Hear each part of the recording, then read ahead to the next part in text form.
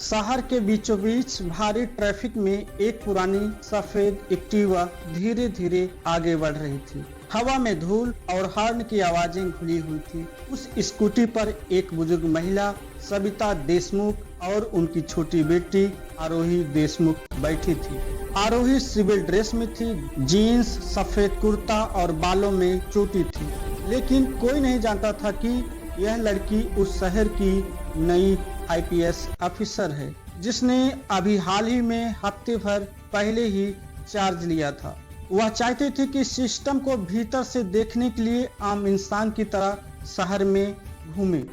उसकी मां सविता जो बेहद खुश थी, बेटा आज तूने मुझे खुद बाजार ले जाने का वादा निभाया। याद है बचपन में मैं तुझे साइकिल पर बिठा के ले जाया करती थी। आरोही मुस्कुराई, माँ अब वक्त मेरा है, अब तुम्हारी सारी जरूरत मैं पूरी करूंगी। दोनों सब्जी लेने जा रहे थी कि रास्ते में पुलिस का बैरियर दिखा। 3 पुलिस वाले एक सफेद एसयूवी के पास खड़े थे। सब इंस्पेक्टर महेंद्रपाल और 2 कांस्टेबल जगन और बलराम एसयूवी के पास खड़े थे। उनकी आंखों में नशे की लालिमा थी और चेहरे पर अहंकार था। महेंद्रपाल जीप पर पैर चढ़ाकर बोला, अबे स्कूटी वाली रुक, नंबर प्लेट टूटी है, मैं तुम्हारा चालान काटूंगा। आरोही ने स्कूटी साइड में लगाई। सर नंबर प्लेट टूटी नहीं है, बस धूल लगी है, साफ कर देती हूँ। महेंद्र ने तिरछी नजरों से घूरते हुए देखा। बहुत बातें करती हो तू, और ये बुढ़िया कौन है? चोरी के पैसे से स्कूटी तूने ली होगी क्या? बलराम ने हंसते हुए कहा। सर दोनों एक्टिंग कर रही हैं, लगती है कि किसी एनजीओ वाली है। चलिए इसको पकड़ते हैं और जेल में डाल देते हैं। यह सुनकर सत्या जी का चेहरा उतर गया। आरोही की आंखों में गुस्सा चमक उठा, लेकिन उसने संयम से कहा, सर जुबान संभालिए, आप पुलिस हैं, बदतमीज नहीं। महेंद्रपाल ठठाकर हंसने लगा। अबे तू हमें सिखाएगी कैसी बात करनी है? स्कूटी जब्त करो और दोनों को ले चलो थाने। बलराम ने सत्या जी का हाथ पकड़ा। चल बुढ़िया, बहुत स्टाइल देख लिया तेरा। आरोही ने उसका हाथ झटक दिया। हाथ मत लगाइए वरना पछताएंगे। महेंद्र चिल्लाया, अबे हद हो गई, महिला होकर पुलिस से लड़ती है तू? तेरी अकड़, चल थाने में निकालता हूँ। और फिर उसने एक थप्पड़ जड़ दिया। आरोही का चेहरा झटक गया, उसकी आंखें पल भर को बंद हो गई। उसकी मां चिल्लाई, बेटा ओ भगवान, ये क्या किया तुमने? बलराम हंसते हुए बोला, सर लगता है कि कोई लड़की ट्रेनिंग सेंटर से भागी है। अब सिखाइए इनको असली पुलिस कौन होती है। थाने में दोनों को धक्के देकर लॉकअप में डाल दिया गया। रात घिरने लगी। सविता जी सांस लेने में तकलीफ महसूस करने लगे। आरोही ने दरवाजा पीटा, किसी डॉक्टर को बुलाइए, मेरी माँ की सांस नहीं आ रही है। जवाब आया, अबे ड्रामा मत कर, कल सुबह एसएचओ आएंगे तब देखेंगे। आरोही का खून उबल गया। वह जानती थी कि अगर इस वक्त उसने अपनी पहचान बता दी तो ये लोग डर जाएंगे, और वह देखना चाहती थी कि आम नागरिक की औकात पुलिस की नजर में क्या होती है। रात के 2 बजे तक उसकी माँ बेहोश हो चुकी थी। उसने माँ का सिर अपने गोद में रखा, दीवार से टिक कर बैठी रही।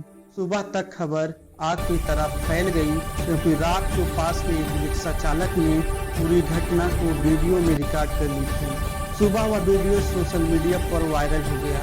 लेडी और बुजुर्ग महिला के साथ पुलिस की गुंडागर्दी, वीडियो में थप्पड़ की आवाज साफ सुनाई दे रही थी। राज्य भर में हंगामा मच गया। एसपी ऑफिस में मीटिंग चल रही थी। एक कांस्टेबल हाँफते हुए अंदर घुसा।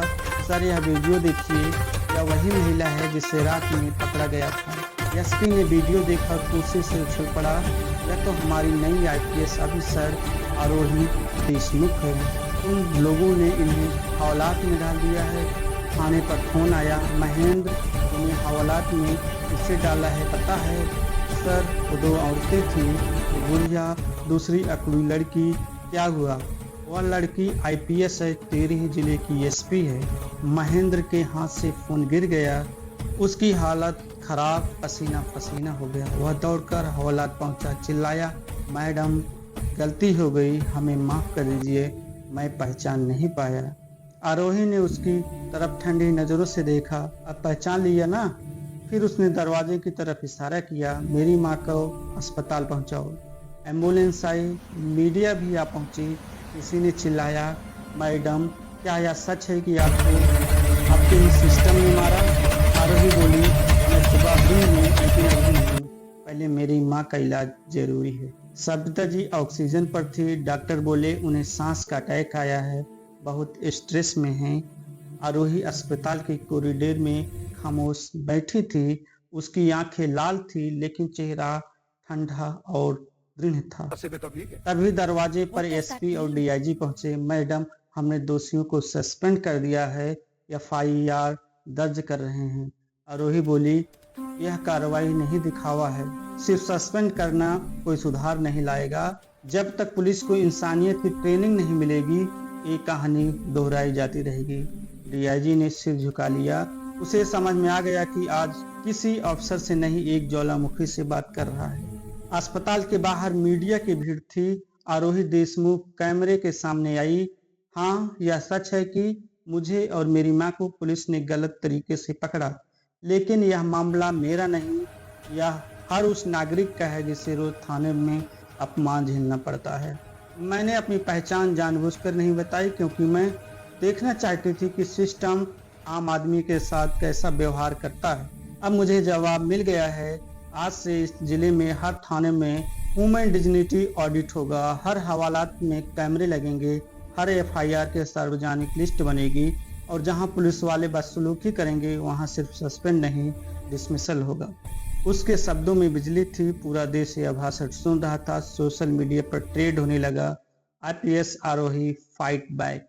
राजधानी में मीटिंग बुलाई गई। कुछ अफसर बोले, यह लड़की सिस्टम को बदनाम कर रही है, अगर हर आईपीएस स्टैंड करेगा तो जनता का भरोसा कैसे रहेगा।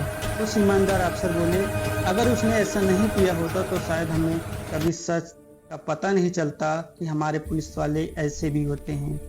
वहीं एक दबंग नेता विधायक धनराज सिंह, जिसके कई अवैध धंधे महेंद्र पाल जैसे पुलिस वाले छुपाते थे, मीडिया में बयान दिया, यह सब नाटक है, जनता की सहानुभूति पाने का खेल है।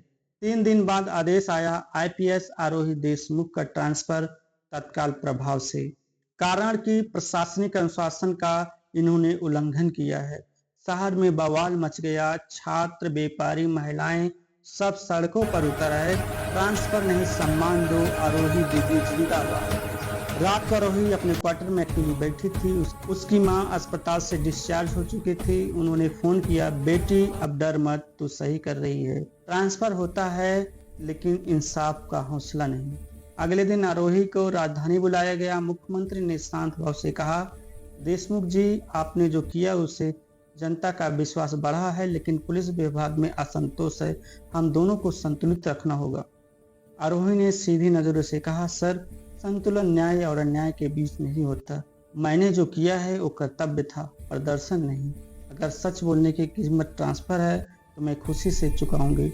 मुख्यमंत्री मुस्कुराया, देश को तुम जैसे अफसरों की जरूरत है, तुम्हारा ट्रांसफर रद्द किया जाता है और तुम्हारे प्रोजेक्ट ह्यूमन डिग्निटी ऑडिट को पूरे राज्य में लागू किया जाएगा। राजधानी में सभागार में प्रेस कॉन्फ्रेंस थी। हजारों लोग, मीडिया और अफसर मौजूद थे। आरोही मंच पर खड़ी हुई। मुझे आज भी वह थप्पड़ याद है जो मुझे आम नागरिक बनकर मिला था, लेकिन मैं शुक्रगुजार हूँ क्योंकि उसी थप्पड़ ने मुझे जगाया। हम सब सिस्टम का हिस्सा है और सिस्टम हमारी सोच से बनता है। अगर हम डरते रहेंगे तो अन्याय बढ़ता रहेगा। मैं वादा करती हूँ, जहाँ भी रहूंगी आवाज